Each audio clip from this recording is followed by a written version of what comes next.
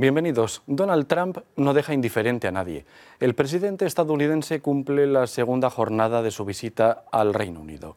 Mientras, en España, intensa actividad judicial.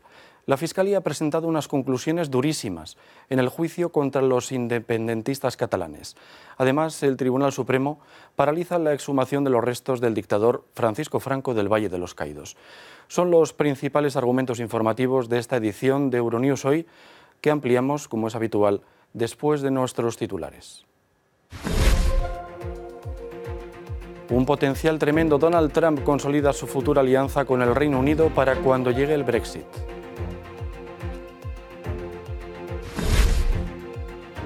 La Fiscalía Española eleva el denominado procés para la independencia de Cataluña a la categoría de golpe de Estado.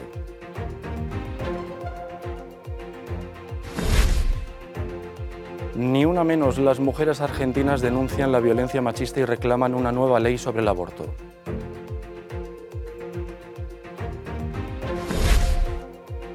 La Junta Militar Sudanesa suspende los acuerdos con la oposición. Condena internacional tras la última jornada sangrienta. 75 años después, las voces del desembarco de Normandía recuerdan su trágica experiencia.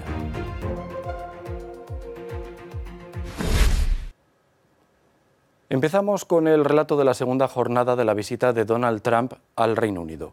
Un día protagonizado por su reunión con un grupo de empresarios, primero, y su entrevista con la primera ministra Theresa May más tarde. Su objetivo, impulsar una alianza comercial estratégica para cuando llegue el Brexit. Donald Trump se ha reunido con empresarios y políticos británicos para impulsar los vínculos comerciales con el Reino Unido y, dando el Brexit por seguro, aseguró que acordarán un tratado de libre comercio sin precedentes. Ante una primera ministra ya en retirada, Trump elogió el trabajo de Theresa May con el Brexit, vaticinando que con el tiempo se reconocerá su esfuerzo. Sin embargo, aseguró que ha rechazado reunirse con el laborista Jeremy Corbyn, a quien considera una fuerza negativa. Señor presidente, desde el principio acordamos que debíamos aspirar a un ambicioso acuerdo de libre comercio tras el Brexit. Tras nuestras conversaciones de hoy seguiremos comprometidos y nuestra relación comercial seguirá ampliándose en base a las propuestas de hoy.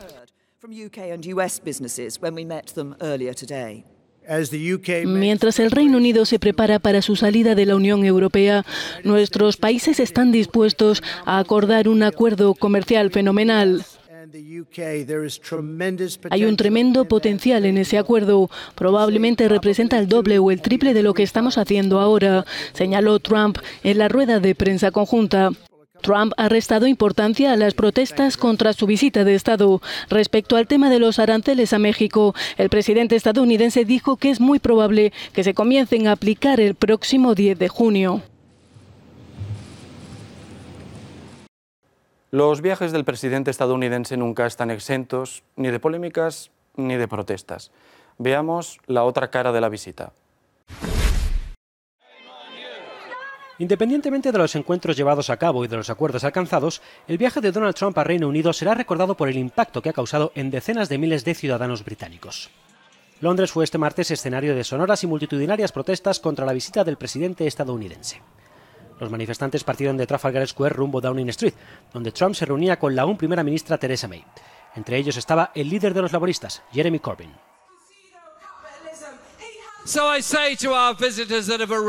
A los visitantes que han llegado a nuestro país esta semana les digo lo siguiente, clamaba un encendido Corbyn.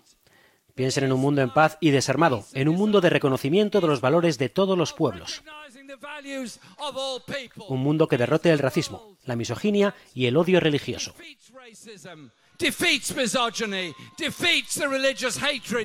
Para encender aún más los ánimos, la llegada de Trump estuvo precedida de uno de sus polémicos tweets, en el cual llamaba al alcalde de Londres perdedor redomado. Su visita de Estado supone un nuevo desencuentro entre conservadores y laboristas. No es necesaria una visita de Estado, decía este manifestante. En el tiempo que la reina ha estado en el trono, ha habido 12 presidentes de Estados Unidos y solo a 2 de ellos se les ha ofrecido una visita de Estado. No hay absolutamente ninguna necesidad de hacer esto. Y al hacerlo, le estás dando un honor muy significativo y estás normalizando sus políticas, dando a entender que su misoginia, su racismo, su islamofobia y su odio no importan. En otro polémico tuit, Trump ha tildado de falsas las noticias que hablaban de las protestas ciudadanas contra su visita, asegurando que solo había encontrado muestras de cariño. La visita de Trump concluye este miércoles con una ceremonia de conmemoración del 75 aniversario del desembarco de Normandía. En España, intensa jornada en el ámbito judicial. Las acusaciones han presentado sus conclusiones definitivas en el juicio por el denominado como procés para la independencia de Cataluña. Destacamos el informe de la Fiscalía, con unas conclusiones durísimas. Este es un resumen.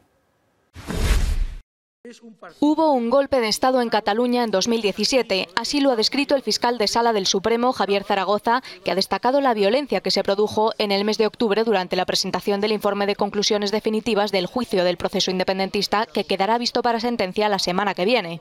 Lo que sucedió en Cataluña entre marzo del 2015 y octubre del 2017 fue un golpe de Estado, que a juicio de Kelsen es ni más ni menos que la sustitución de un orden jurídico por otro por medios ilegales.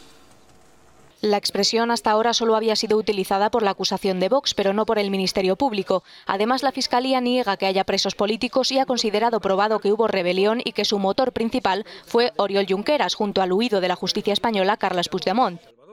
La Abogacía del Estado, sin embargo, hace otra interpretación. La violencia, dice, no fue un elemento estructural y, por lo tanto, considera que hubo sedición, pero no rebelión. Mientras, el Tribunal Supremo Español ha paralizado la exhumación de los restos del dictador Francisco Franco del Valle de los Caídos. Sepamos por qué. El Tribunal Supremo Español paraliza la exhumación de Franco. Tan solo 6 días antes de la fecha prevista para el traslado de los restos del dictador, el Alto Tribunal decidió este martes, por unanimidad, suspender de manera cautelar la exhumación, atendiendo así la petición de la familia Franco. La decisión del tribunal obliga a esperar a que haya una sentencia firme sobre el fondo del asunto, lo cual tendrá lugar en los próximos meses. Los restos de Francisco Franco descansan desde 1975 en el monumento del Valle de los Caídos, mandado construir por el propio dictador en memoria de los caídos durante la Guerra Civil Española. Tras su llegada al poder, el gobierno de Pedro Sánchez anunció su intención de sacar cuanto antes los restos de Franco para convertir el monumento en un escenario de reconciliación, si bien las trabas puestas por la familia del dictador y la cuestión de dónde debía ser inhumado han ido retrasando constantemente la operación. España es el primer socio comercial de Marruecos, pero además las relaciones entre ambos países resultan fundamentales en dos aspectos.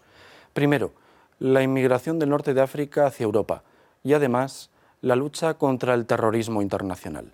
El ministro de Exteriores español, Josep Borrell, estuvo el lunes en Rabat. Marruecos ha hecho su parte, la Unión Europea debe hacer la suya. Es lo que ha venido a decir el ministro español de Exteriores durante la visita que realizó el lunes a Marruecos, la cuarta en un año. Josep Borrell ha instado a la UE a que aumente los fondos de ayuda a Marruecos para combatir la inmigración. Se dice que ayudamos a Marruecos. Ayudamos a Marruecos porque Marruecos nos ayuda. No es un regalo que le hacemos, es cooperación. Permite que ambas partes compartan un interés común. Su homólogo marroquí, Nasser Bourita, respaldó con datos las afirmaciones del ministro español de Exteriores.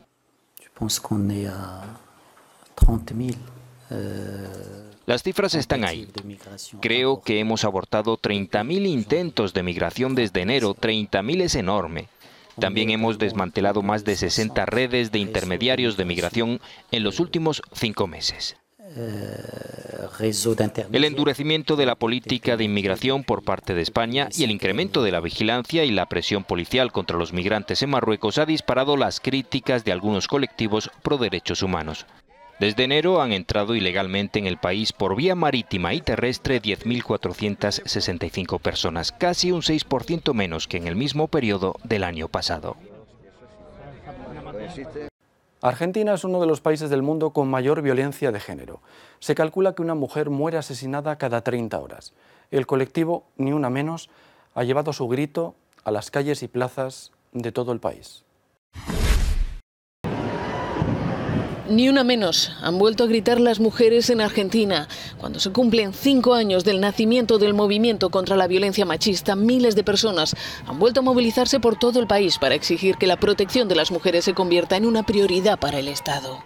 Este lunes presentaron en el Senado un nuevo proyecto de ley para que se declare una emergencia nacional en violencia de género y se dedique más dinero para la protección de las mujeres, una misión casi imposible debido a las drásticas medidas de ajuste del actual gobierno.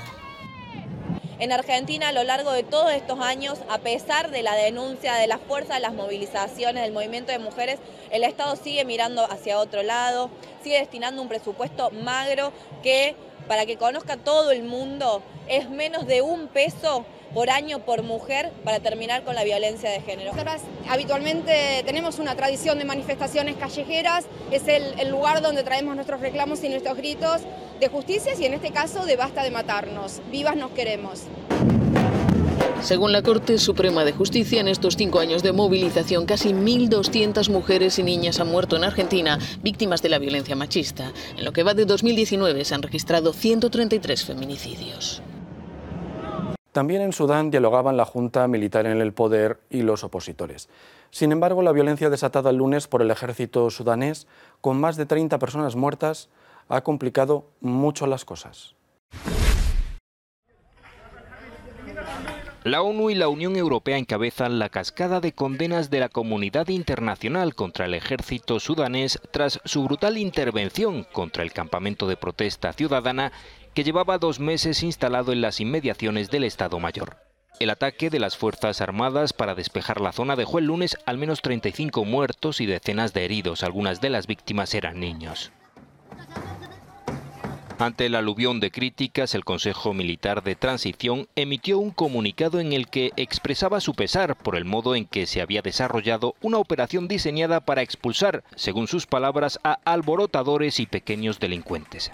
Tras la matanza, los líderes del movimiento prodemocrático que exigen que un gobierno civil se haga cargo de la gestión del país han cortado todo contacto con los militares, que llevan las riendas de Sudán desde el derrocamiento del presidente Omar al-Bashir el pasado mes de abril. El Consejo Militar Transitorio ha anunciado por su parte la suspensión de todos los acuerdos alcanzados en las últimas semanas con la oposición y se ha comprometido a convocar elecciones de aquí a 9 meses. Se cumplen 30 años de la masacre de Tiananmen, en el centro de Pekín, la capital china. Y en estos días se suceden las manifestaciones de recuerdo y homenaje a las víctimas. Es una de las imágenes más emblemáticas del siglo XX. Un ciudadano anónimo hace frente a los tanques en la plaza de Tiananmen, en Pekín, durante las protestas estudiantiles a favor de la democracia en el país. Han pasado 30 años de aquel momento, prácticamente silenciado en China y convertido en Occidente en uno de los episodios más representativos de la lucha por la libertad y los derechos humanos. Queremos rendir homenaje tanto a aquel ciudadano como a la nueva resistencia que existe en China, recuerdan los creadores de esta obra en París. Los periodistas, los abogados, los activistas feministas, los sindicalistas, los estudiantes y todos aquellos que, a pesar de vivir en una sociedad mucho más controlada y represiva que la de hace 30 años, siguen manteniendo vivo el espíritu de Tiananmen. Coincidiendo con el 30 aniversario de la matanza de Tiananmen, la Unión Europea pedía este martes la puesta en libertad de todos los activistas que aún permanecen presos por su participación en las protestas. Fueron 3 semanas de movimiento que concluyeron con una sangrienta intervención militar en la famosa plaza pequinesa. Aún hoy se desconoce el número total de víctimas mortales, si bien muchas fuentes hablan de al menos 1.000 fallecidos a manos de los soldados del Ejército Popular de Liberación. Europa no olvida a los héroes del desembarco de Normandía. Quedan apenas 2 días para conmemorar el 75º aniversario. Los supervivientes nos cuentan una experiencia que marcó sus vidas para siempre.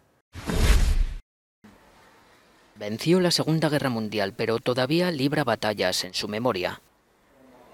En los días de conmemoración del 75 aniversario del desembarco de Normandía, Léon Gauthier sigue su lucha contra los recuerdos de la brutalidad del colosal conflicto armado.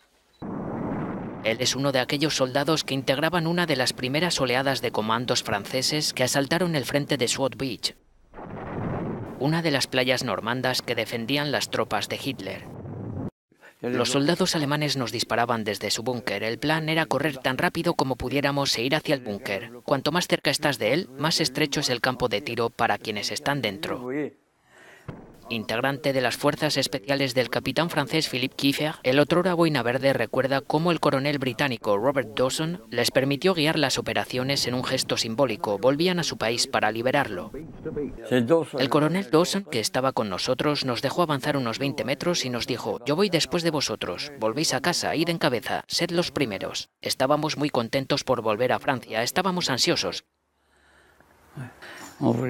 Queríamos llegar cuanto antes. Éramos voluntarios. Todos los soldados de los comandos eran voluntarios. Si alguien quería irse, solo tenía que decirlo y nadie lo hubiera detenido.